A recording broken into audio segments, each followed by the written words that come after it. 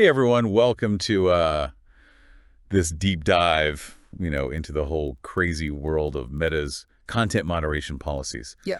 Mark Zuckerberg just dropped this massive announcement about all these changes they're going to make, and Oh, yeah, it's huge. I think the internet's still reeling from it. So we're going to unpack all of it for you today. Yeah, a lot to unpack for sure.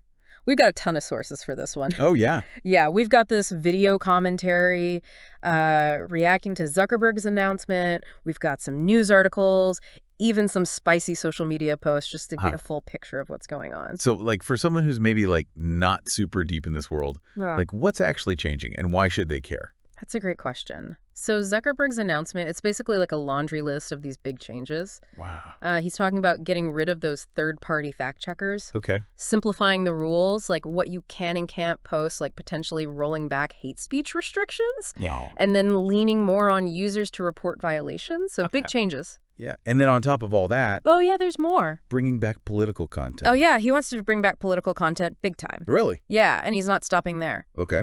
He also mentioned moving these huge content moderation teams out of California. Interesting. And get this, working with the Trump administration to push back against international censorship efforts. Whoa. Okay, that's a lot to process. It really is. Yeah. So that's where this video commentary we have comes in. I think the commentator was really focused on that fact checker thing. They basically said that Zuckerberg's reasoning that they were too political was Yeah. total BS. Yeah. I mean, concerns about bias in fact checking are definitely valid. Right. But removing the system entirely, I mean, that raises some serious questions. Yeah. I mean, is this really about open and honest conversation like Zuckerberg claims? Or is there something else going on here? Yeah, that's a great point. Mm. Yeah. Our commentator definitely thinks there's something else going on. Oh, yeah. They think that it's all about staying chummy with the Trump administration. Okay. Maybe even avoiding some legal issues with the Department of Justice. Uh-huh. They've been pretty focused on big tech lately. Yeah, definitely a perspective worth considering. Yeah. The relationship between tech giants and the government has gotten pretty complicated, hasn't it? Yeah, for sure. And there's no question that political pressure can influence what happens in Silicon Valley. We've seen it with everything from those antitrust investigations to the debates about online censorship. Absolutely. Speaking of censorship, Yeah. the commentator brought up this thing that feels so ironic considering all this talk about free speech. Okay, what's that? Remember when they added Dana White, the UFC president, to their board? Oh, yeah. Yeah, that was a big deal. What did you think about that? I mean, some employees seemed positive, some were joking about it, but others were really critical, especially bringing up that video of White slapping his wife. Right. And that's where it gets kind of crazy. What happened? Those employee posts on Meta's own platform. Yeah. Gone deleted. Poof. No way. By the company's community relations team. Supposedly, they broke internal rules. So wait, Zuckerberg is out there championing free expression, but his own employees are getting censored for criticizing a board member with a domestic violence accusation? Yeah. I know. Wow, it's what? Something doesn't add up. I know, right? It's a pretty stark contrast. It really is. It makes you wonder about the boundaries of free speech within Meta itself. If they're silencing dissenting voices under their own roof, what does that say about their commitment to open discourse on a global scale? Totally. And it's not even just about what happens inside Meta's little world, right? Right. Our commentator saw that whole Dana White thing as a tiny window into this much bigger problem. Okay. The massive power that the ultra-wealthy have and their cozy relationship with the political establishment. That's a really interesting point. It's like a microcosm of a bigger issue. Exactly. And the commentator was arguing that what we're seeing with Meta is basically what elites throughout history have always done. Oh, wow. Especially those who got power during the rise of fascist regimes. Really? Yeah, they said that both groups, they tend to put their own interests first and they cling to power. Yeah. Even if it means siding with authoritarian figures or ideologies. That's a chilling thought. It is. Right. And to make it even more unsettling, the commentator didn't stop there. Oh, no. They connected all these meta changes to these huge societal trends. Okay. Like what? The growing influence of social media on what people believe and the potential for these platforms to be used for political manipulation. Right. And that's where things get really complicated. There's no doubt that social media has become so influential in shaping public discourse, For sure. but it's also incredibly vulnerable to manipulation. Yeah. I mean, think about those algorithms that decide what you see, Yeah. those echo chambers that reinforce existing beliefs, and the targeted advertising that can be used to like distort information, create division, and even sway how people act. Absolutely. Yeah. And the commentator even went as far as saying that Zuckerberg's changes could actually contribute to a rise in fascism. Whoa. I know, I have to admit that sounds a bit dramatic. It does sound extreme at first. Right. But the concerns about these online platforms being used to spread dangerous ideologies, they're not totally unfounded. Hey. We've already seen how social media can be used to radicalize individuals, push propaganda, and even help organize hate groups. It's a slippery slope. For sure. So, like, after hearing all of that, where does that leave us? Yeah, where are we headed? Are we, like, heading for some dystopian future where Facebook is, like, a breeding ground for extremism? Or is Zuckerberg just making some, like, questionable business moves? Yeah, I mean, it's probably somewhere in between, wouldn't you say? Yeah, probably. These meta changes are definitely raising some red flags about the future of online conversations. Yeah. But they're not happening in a vacuum. They're part of this much larger web of political and economic forces that are reshaping our world in ways we're only starting to understand. That's a really good point. So we've covered a lot today. Zuckerberg's proposed changes, some pretty intense reactions, and even touched on some heavy topics like the influence of the ultra-wealthy, the impact of social media on politics, and the potential for online platforms to fuel extremism. Definitely a lot to think about. Yeah, it's enough to make your head spin. I know, right? So what stood out to you so far?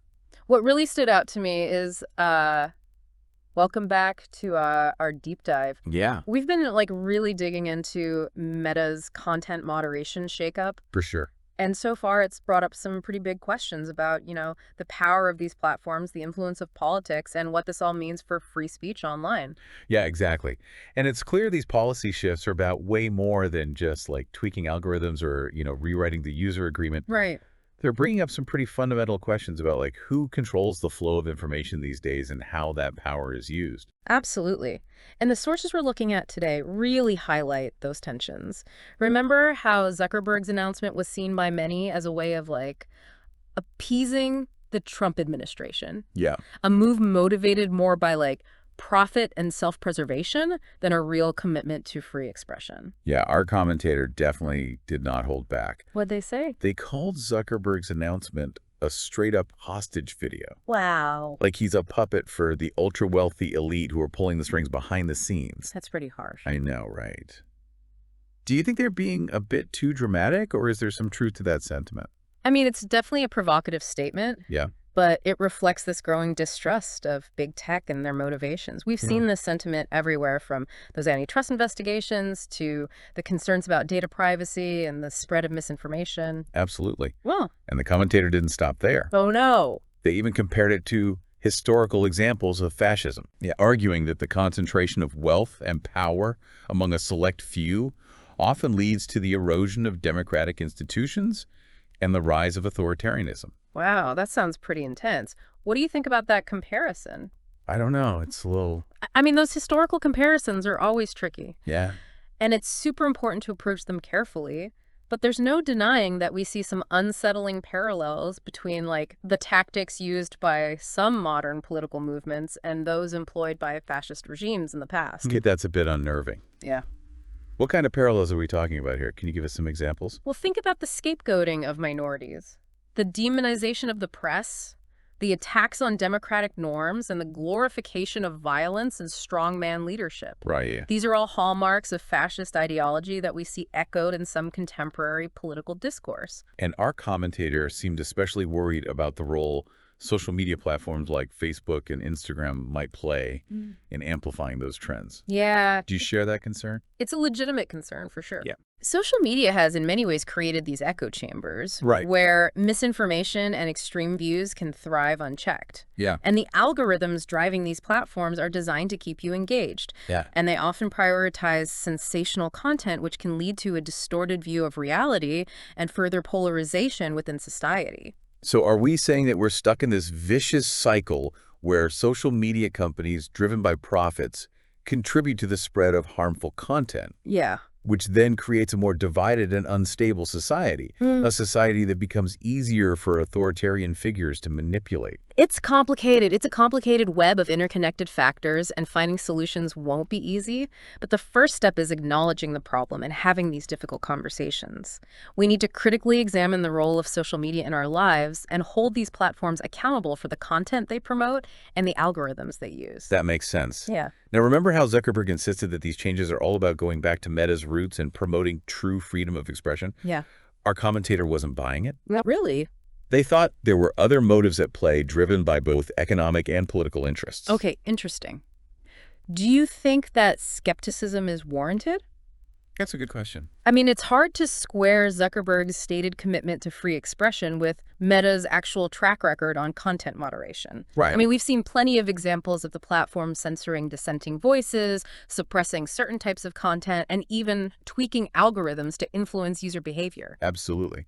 And one specific move the commentator highlighted was Zuckerberg's decision to shift Meta's content moderation teams out of California and base their U.S. operations in Texas. Interesting. They saw this as a clear attempt to appease the Trump administration and avoid stricter regulatory scrutiny. Okay, what do you make of that? I mean, it's interesting. The choice of location for those content moderation teams is significant. California has a history of progressive policies, especially when it comes to online speech and data privacy. Texas, on the other hand, has a more conservative political climate and has been more receptive to the arguments of tech companies who claim they're being unfairly targeted by liberal regulators. So moving those operations to Texas could be a strategic move to operate in a friendlier regulatory environment. Exactly. Like sending a message to the Trump administration that Meta's on their side. It could be seen that way. And it raises the question of whether future content moderation decisions will be based on fairness and impartiality, or whether they'll be swayed by political pressure and the desire to stay in the good graces of those in power. That's a really good point. Our commentator also found it pretty ironic that Zuckerberg's calling for less government intervention in online speech while also pushing for closer collaboration with the Trump administration to fight back against international efforts to regulate online content. So he wants to have it both ways. Yeah, it seems like he wants the freedom to operate without any restrictions while also wanting the backing of powerful governments to help him achieve his goals. It's a pretty tough balancing act. It certainly is. And it's unclear how Meta will navigate these complex challenges moving forward. Okay, so we've covered a lot in this deep dive. From Zuckerberg's controversial announcement to the potential consequences for online discourse and the broader political landscape. Yeah. Before we move on to the final part, let's pause for a moment. What are some key takeaways that stand out to you so far? Let me think. Okay, so we're back for like the final part of this deep dive into Meta's content moderation, like overhaul. Yeah. I feel like we've explored so much. We have. We've explored Zuckerberg's like vision for this, so-called free speech Meta. Right. We've heard all the commentators like, pretty scorching critique. Yeah. And we've considered all the potential like ripple effects these changes could have on like society as a whole. Definitely. It's a lot. Yeah. What are your thoughts so far? It's pretty wild, right? Yeah, I think we've been wading through some murky waters here. Yeah. It's become really clear that these policy shifts aren't just about like tweaking algorithms or updating the fine print. They touch on some fundamental questions about power and influence and the very nature of truth in our, increasingly digital world. Right. And our commentator didn't mince words. Oh, yeah.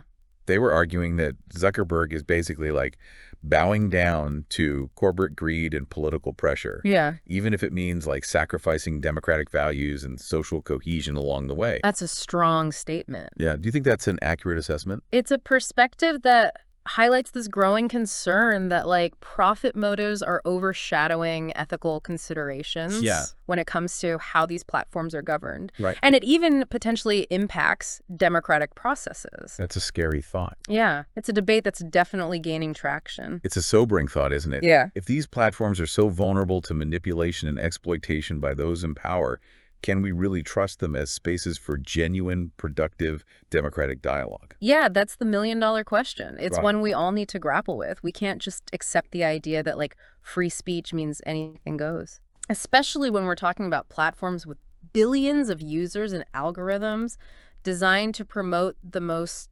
attention-grabbing content, regardless of whether it's true or potentially harmful. That's so true. Yeah. What do you think about that? I think it's a really crucial point Yeah. because, Our commentators seem particularly concerned about the implications for political discourse. yeah, They argue that these changes could, create a breeding ground for extremism and further erode trust in democratic institutions. you're right. So is that a valid concern? It's a valid concern, absolutely. Yeah, We've already seen how social media can be weaponized right. to spread propaganda, sow discord, and undermine faith in elections. For sure. And without strong safeguards and a commitment to responsible content moderation, these platforms could easily become tools for those seeking to, exploit divisions and manipulate public opinion. So what can we do about it? Yeah. Are we destined to just spiral down this path of misinformation and polarization? Or is there a way forward? Right. Our commentators seemed pretty pessimistic, Yeah, but I'd like to believe there's still hope.